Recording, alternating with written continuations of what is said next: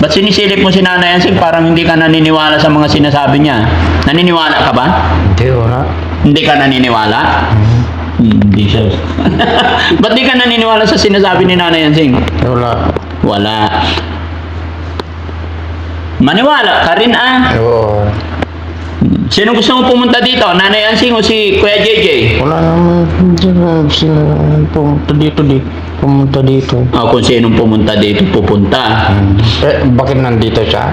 Wala, ako lang pumunta. Ikaw lang? Gusto mo ba makita si Kuya JJ? Bakit siya yung gusto mo pumunta dito? Hindi ako? Oo. Ha? Oo, gusto. Siya yung gusto mo makita? Hindi ako? Hindi ikaw kung nandito ka na nga eh. Di. Nandito ka na. Gusto mo? Wala na daw. Ikaw na kasi nandito ka na nga daw. Wala kang pagpilian? Wala na siyang magawa. wala na siyang magawa. Nandito ka na daw. Ano? Oo. Pero ayaw mo akong makita dito? Gusto. Pero wala ka nang magawa kasi nandito na. Oo. No. Ay, gano'n. Sabi ko, Daddy Frankie, yung pera niya, papagawa ko ng bahay niya sa tabi ko. Sabi Di ba ayaw pumayag ni Kuya JJ? wala naman siyang magagawa, Daddy Frankie, kung yun ang gusto ni Kuya ko Oliver. Na po, bago siya makauwi, bago po siya umuwi, may tawan na pong bahay niya, Daddy Frankie. Hindi, kasi bago ko naman kasi ibigay sa inyo yung magaling na talaga. At kasi kung ikaw lang ang magpupunta dito tapos sinasabi mo yung gusto mo, sarili mong desisyon lang. Baka mamaya masisi ako ng mga kapatid mo kasi yun nga, yung last na punta ko doon, nagagalit si JJ. Pero syempre, yaman lang naman, sana maintindihan mo rin ako, Nanay Ansing, no? Didiretsahin kita. Yaman din lang na ako ang nag-aalaga kay Oliver, tapos sa akin ipinagkatiwala yung pera na yan na galing sa mga sponsor, kaya ako'y mamamagitan. Pero Ang lamig. lamig. Siyempre para... Siguro pag naka-aircon din ako, puputi din siguro ako. Ha? Puputi din ako. Maputi ka naman na. Hindi ma, maitim Hindi. na. Pagod ako. Ang ganda ng shelter nyo, Daddy Frankie. Maaliwalas ng mata. Salamat sa Ano pinag-uusapan nyo dun sa taas? Wala. Sabi ko, Daddy Frankie, yung pera niya, papagawa ko ng bahay niya sa tabi ko. Di ba ayaw pumayag ni Kuya JJ? Wala naman siyang magagawa, Daddy Frankie, kung yun ang gusto ni Kuya ko Oliver. Pada ni JJ? Wala. Wala ka yan. Sinabi ko sa kanya, sabi niya, kunin ko daw sa'yo, sabi niya. Sabi Sabi ni Kuya ko Oliver. Alin? Yung pera niya. Sabi ko, pagawa ko ng bahay mo, doon sa tabi ng bahay ko, para pag umuwi na siya, meron na siyang tutulungan. Okay lang sa'yo, Kuya Albert? Iwan ko. Iwan mo, ipera mo yun. Kasi ko ate, ay Nanay Ansing, wala pa talaga hindi pa niya alam yung mga ganun. Hindi pa niya alam.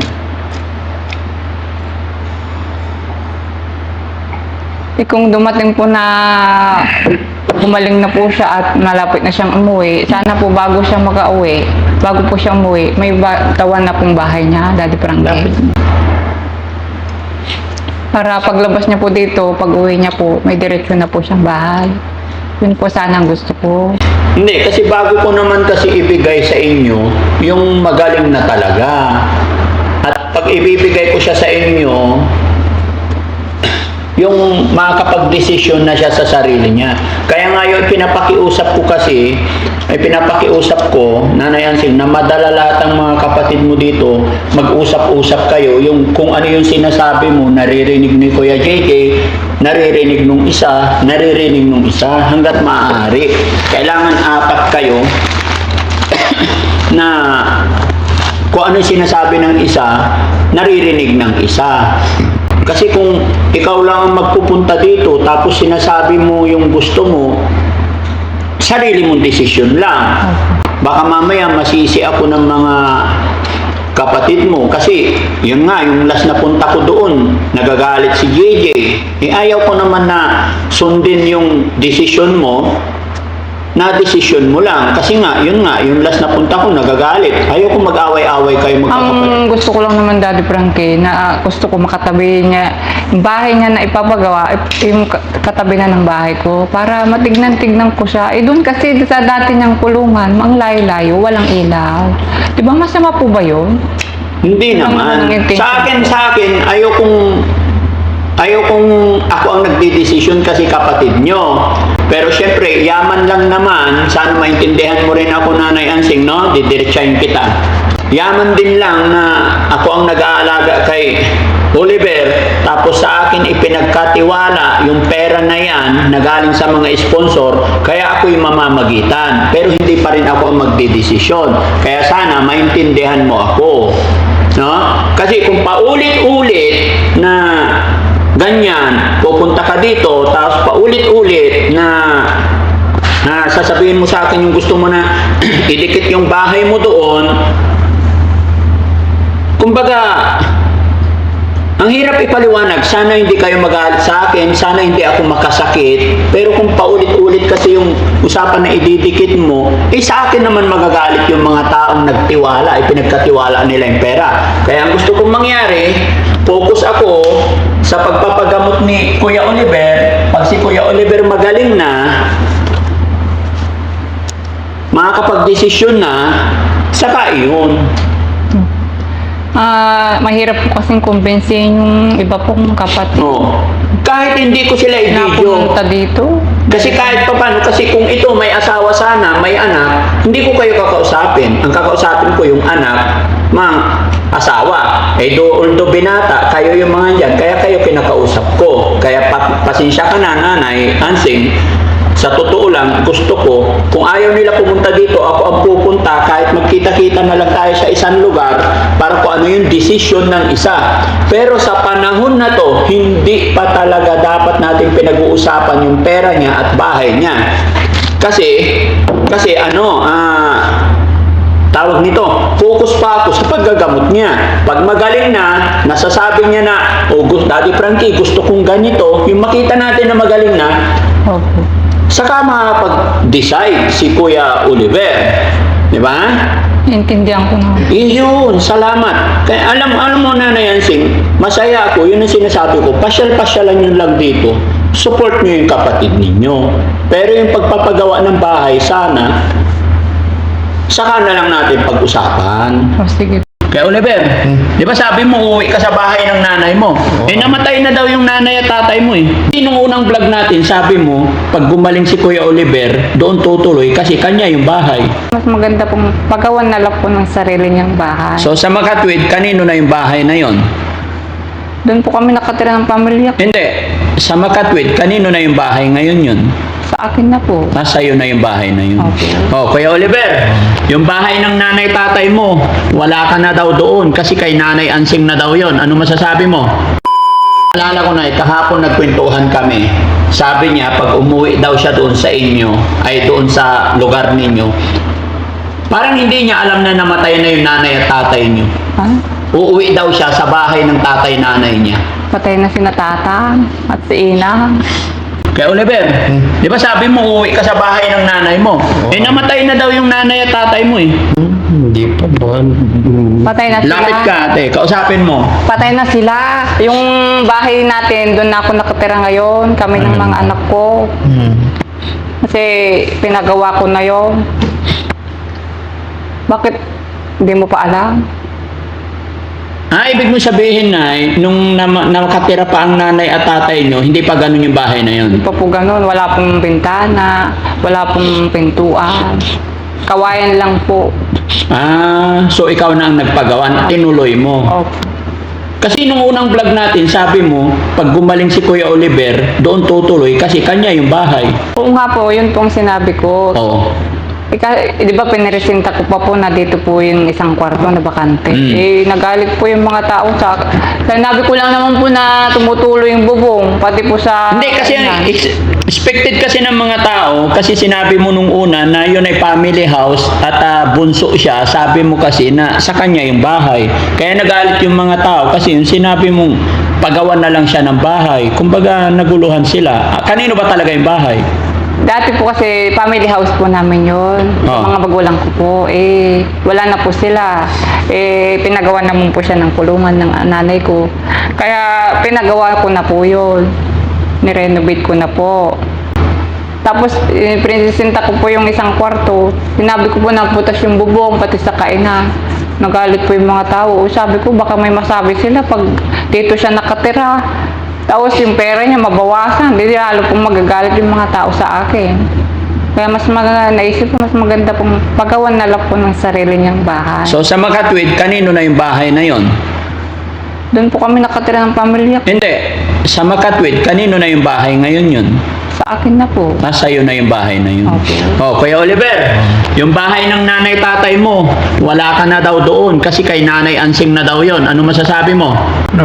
Yung may bahay din naman, may bahay namin din naman akong inuwian eh. Saan? Doon sa bahay ng nanay ko. Nakatira na nga si nanay Ansing May doon. bahay din naman siya. May bahay din namin akong tinutuluyan. Hindi, yung bahay ng nanay tatay mo, kinuha na ni nanay Ansing, doon na siya nakatira. Oh, saan ka tutuloy ngayon? May bahay doon na pwede akong pagtira doon. Saan? Doon sa amin. Ano yung tinutukoy niyang bahay na tutuluyan niya na? Yun kasi ang tinutukoy niya. Baka yung kulungan niya dati. Hindi kawawa na siya doon. Once na ibinalik mo doon, magpuputik-putik na naman. Siyempre, parang... Baka yun yung tinutukoy niya. Okay lang, hindi na problema yun kasi andito pa naman siya. Makakapag-decide yan pag magaling na talaga siya. Huh? Diba? Saka ka na lang mag-isip, mag-decide pag magaling ka na talaga, okay? No, ano sasabihin mo kay Nanay Ansing? Salamat sa ibinigay mong tulong. Salamat sa ibinigay mong pamangkis. Dati Frankie, may napanood akong vlog mo. May nag-sponsor daw ng baboy sa akin. Napanood mo? Oo. Sino yun? Sino nag-sponsor sa'yo kung napanood mo? Yung isang sponsor mo nga, Oo. totoo ba yun? Kaya nga, ano ba sinabi doon? Sabi niya, magbibigay daw siya ng 2 baboy Oo. para sa akin, para may maalagaan ako. Nasaan na? Nabili mo na ba? Ay, hindi pa. Kasi Kukunin ko na sana eh. Kasi nandito naman na ako. Hindi. Kasi napanood ko lang yun sa mga upload nila. Kaya, nire-upload ko na rin para makita ng sponsor. Pero wala pa sa akin ang pera. Kala ko meron na kasi nandito na rin lang ako. Hindi, sabay ko na sana pag uwi mamaya. Para matuwa yung mga anak ko. Para may maagalagaan kami sa bahay. Hintayin natin, Nanay Ansing, inabisuhan lang ako na magbibigay sila. Although nag-text din sa akin, pagka sumweldo daw sila, padadala daw nila sa akin. Pero syempre, nasa ibang bansa yon, hindi naman isang barangay lang na iti-text lang, okay na. Kumbaga, sinabi pa lang nila sa akin, pero hindi pa dumarating ang pera. Kumbaga, hintayin natin. Nahiya naman ako na mag-follow up porkit na panood ko. Kala ko po kasi nandyan na.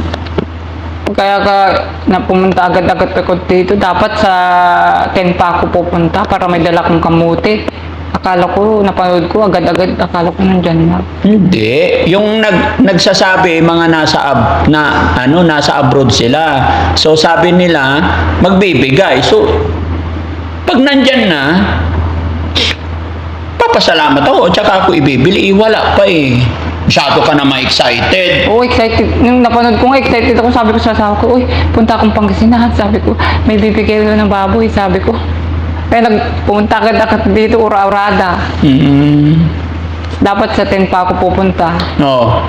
Eh, sabi ko, ngayon na, para ibigay na agad. Sabi ko, Kaya mo ba na iuwi yung baboy na dalawa? hindi, pera na lang po. Ay hindi. Baka kung anong bilhin mo, hintayin natin mag-decide ang sponsor. Kasi sabi ng sponsor nga, magbibigay sila pambiling baboy. Pero wala pa yung pera. Bakit yan yung pinag-uusapan natin? Ay, ganun po. Ay, ibig sabihin, baboy na bibigay nyo? Hindi ko alam. Baboy yung hinihingi mo. Baboy yung sinabi ng sponsor. Wala pa nga akong idea kung ano yung sinabi ng sponsor. Yun lang. Kumbaga, Nanay Ansing, hintayin natin. Kaya sila nagagalit sa'yo. Minsan pati ako nagagalit na dahil yun, sa ganyan. Kahit napanood mo sana, Nanay Ansing, hintayin mo kusan dumating sa'yo. Kasi kung binigay talaga, darating talaga blessing para sa'yo, para sa'yo. Lagi kong sinasabi yan. Hindi ko pag-iinteresan yung mga sponsor. Kaya nga lahat ng sponsor na dumarating dito, pinapakita ko transparent. Excited pa naman ako kanina magbihis. Sabi ko, may baboy na tayo. Takot sa mga anak ko. Hayaan mo pag dumating, ibibigay ko agad. Ha? Promise mo yan, Daddy Frankie, ha?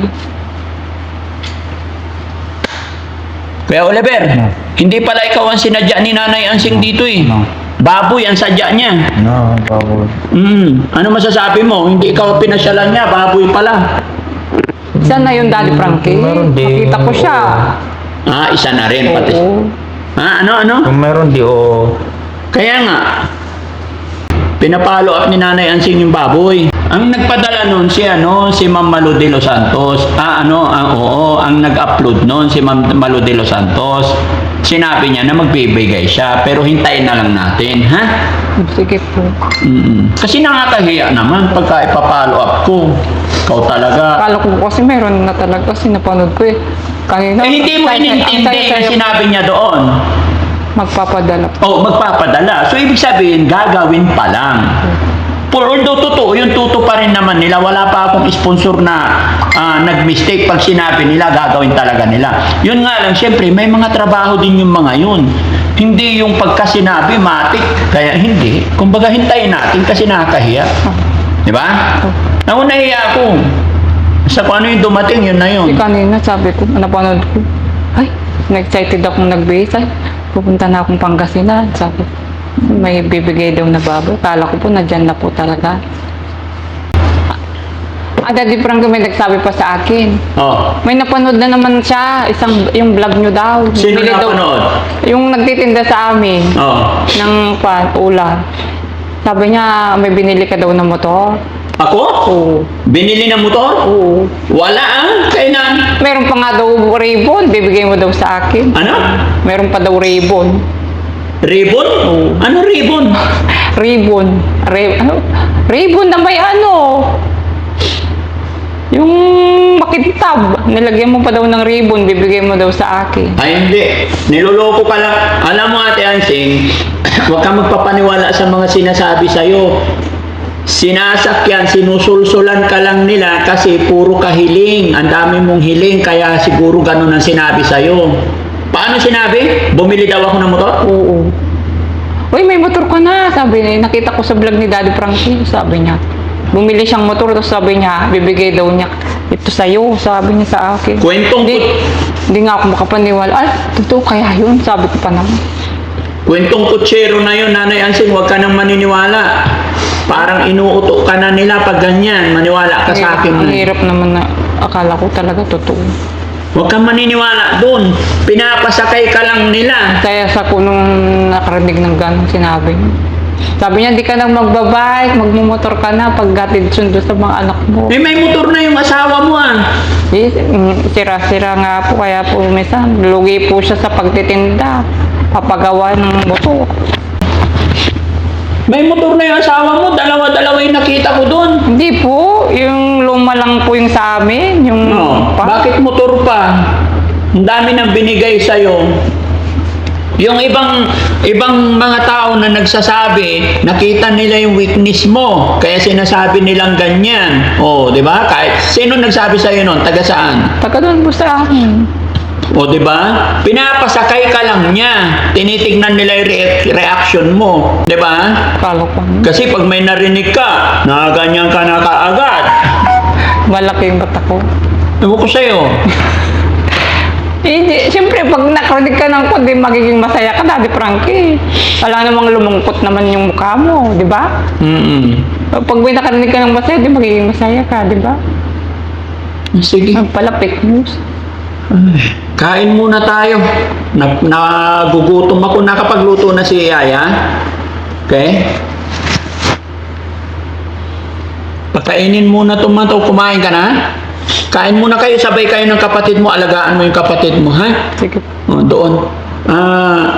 Kuya Rizky, sabihan mo si Yaya kung tapos ng kumain, ay nagluto. Pakainin na sila rito. Okay po. Oo, sabihan si Yaya. Okay? Kasi napapagod ako dito sa usapan namin ni Nanay Ansing. Ang dami niyang